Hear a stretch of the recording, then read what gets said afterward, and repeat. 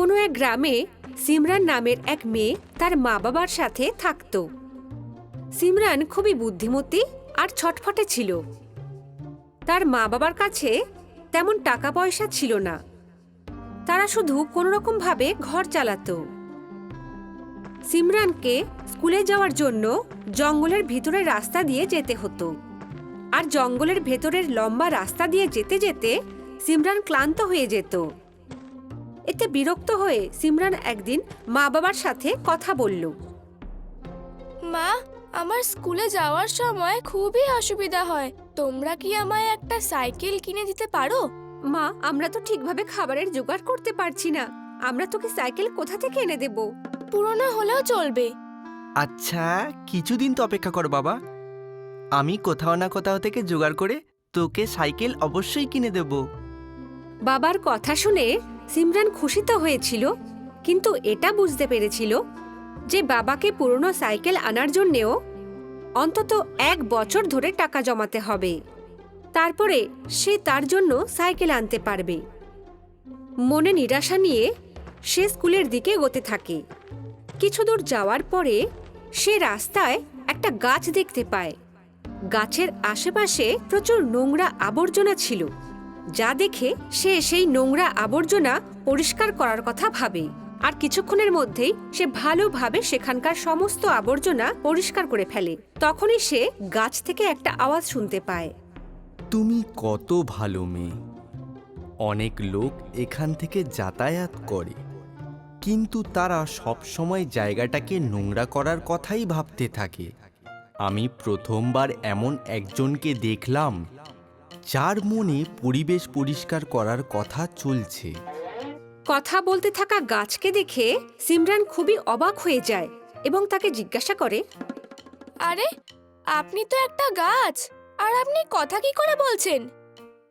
এটা ভগবানের শক্তি যে উনি আমাকে এইভাবে বানিয়েছেন, নয়তো এই মানুষেরা আমাদের মতো নির্বাক গাছেদের নিজের আরামদায়ক জীবনের জন্য এইভাবেই ধ্বংস করতে থাকবে।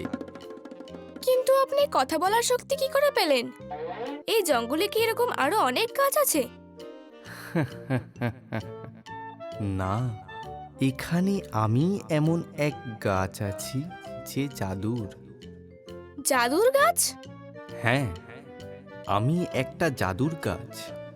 অনেক সময় আগে আমাকে একজন পরী এই শক্তি দেন, যাতে আমি আমার বাকি সঙ্গীদের আশপাশের পরিষ্কার নিজের জাদুর দ্বারা করতে পারি।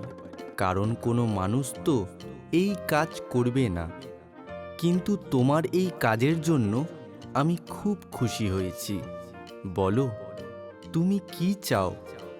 আমি আজকেই সেই জিনিস তোমায় এনে দেব। আমার তো শুধু একটাই সাইকেল চাই, যাতে আমি স্কুলে আরামসে যেতে পারি। ব্যাস, এত ছোট ইচ্ছা? আমি অবশ্যই পূরণ করব। গাছের এরকম বলার সাথে সাথেই সিমরানের সামনে একটা চকচক করতে থাকা সাইকেল চলে আসে, যা দেখে সে খুব খুশি হয়। তখনই গাছ বলে, এটা মনে রাখবে যে কখনো এই সাইকেলের ব্যবহার লোভে পড়ে করবে না। যদি তুমি এরকম করো, তাহলে এই সাইকেল নিজে থেকেই অদৃশ্য হয়ে যাবে। গাছের কথা মেনে নিয়ে সিমরান সাইকেল নিয়ে নিজের বাড়ি ফিরে আসে আর নিজের মা বাবাকে সমস্ত কথা খুলে বলে, যা শুনে তারা খুব খুশি হয়। সেই দিনের পর থেকে সিমরান সাইকেলে করে স্কুলে যেতে শুরু করে। তার নতুন চকচকে সাইকেল দেখে সকলেই অবাক হয়ে যেত আর তার কাছে তার সাইকেল চালাতে দেওয়ার জন্য অনুমতি চাইত। তারপর থেকে সে নিজের সাইকেল সবাইকে চালানোর জন্য দিয়ে দিত। কিন্তু কিছুদিন পর তার মনে লোভের সঞ্চার হয় আর সে ভাবে, কেমন হয় যদি আমি এদের থেকে পয়সা নেওয়া শুরু করি? কিছু তো টাকা উপার্জন হবে।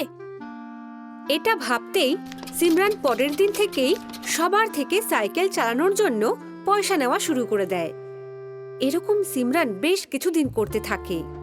একদিন যখন সে নিজের ঘর থেকে স্কুলে যাওয়ার জন্য তৈরি হচ্ছিল, তখন তার সাইকেল হঠাৎ উধাও হয়ে গেল। এটা দেখে সে খুব অবাক হয়ে যায়। তখনই তার মা বলে, টাকা উপার্জন করার লোভে দেখো তুমি নিজেরই ক্ষতি করে দিলে। তোমাকে ওই জাদুর গাছ বলেছিল না যে কখনো লোভে পড়ে এই সাইকেলের ব্যবহার না করতে, কিন্তু তুমি তো করলে। ও মা, আমি ভুলে গিয়েছিলাম। আমার দ্বারা অনেক বড় ভুল হয়ে গেছে। এবার আমি কি করব মা? এবার ভুল থেকে কিছু শেখো আর এই ভুলটাকে শোধরাও, যাতে এটা আবার না করো। আমরা কিছুদিনের মধ্যেই তোমার জন্য একটা পুরনো সাইকেল জোগাড় করে দেব। লোভে পড়ে সিমরান উপহারে পাওয়া সাইকেল হারিয়ে দিল, আর সেটা কখনো পেল না। কিন্তু হ্যাঁ, সে তার ভুল থেকে কিছু শিখল আর জীবনে কখনো লোভ না করার প্রতিজ্ঞা করল।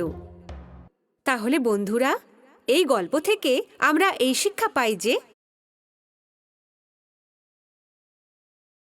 হারিয়ে দিল আর সেটা কখনো পেল না, কিন্তু হ্যাঁ, সে তার ভুল থেকে কিছু শিখল আর জীবনে কখনো লোভ না করার প্রতিজ্ঞা করল।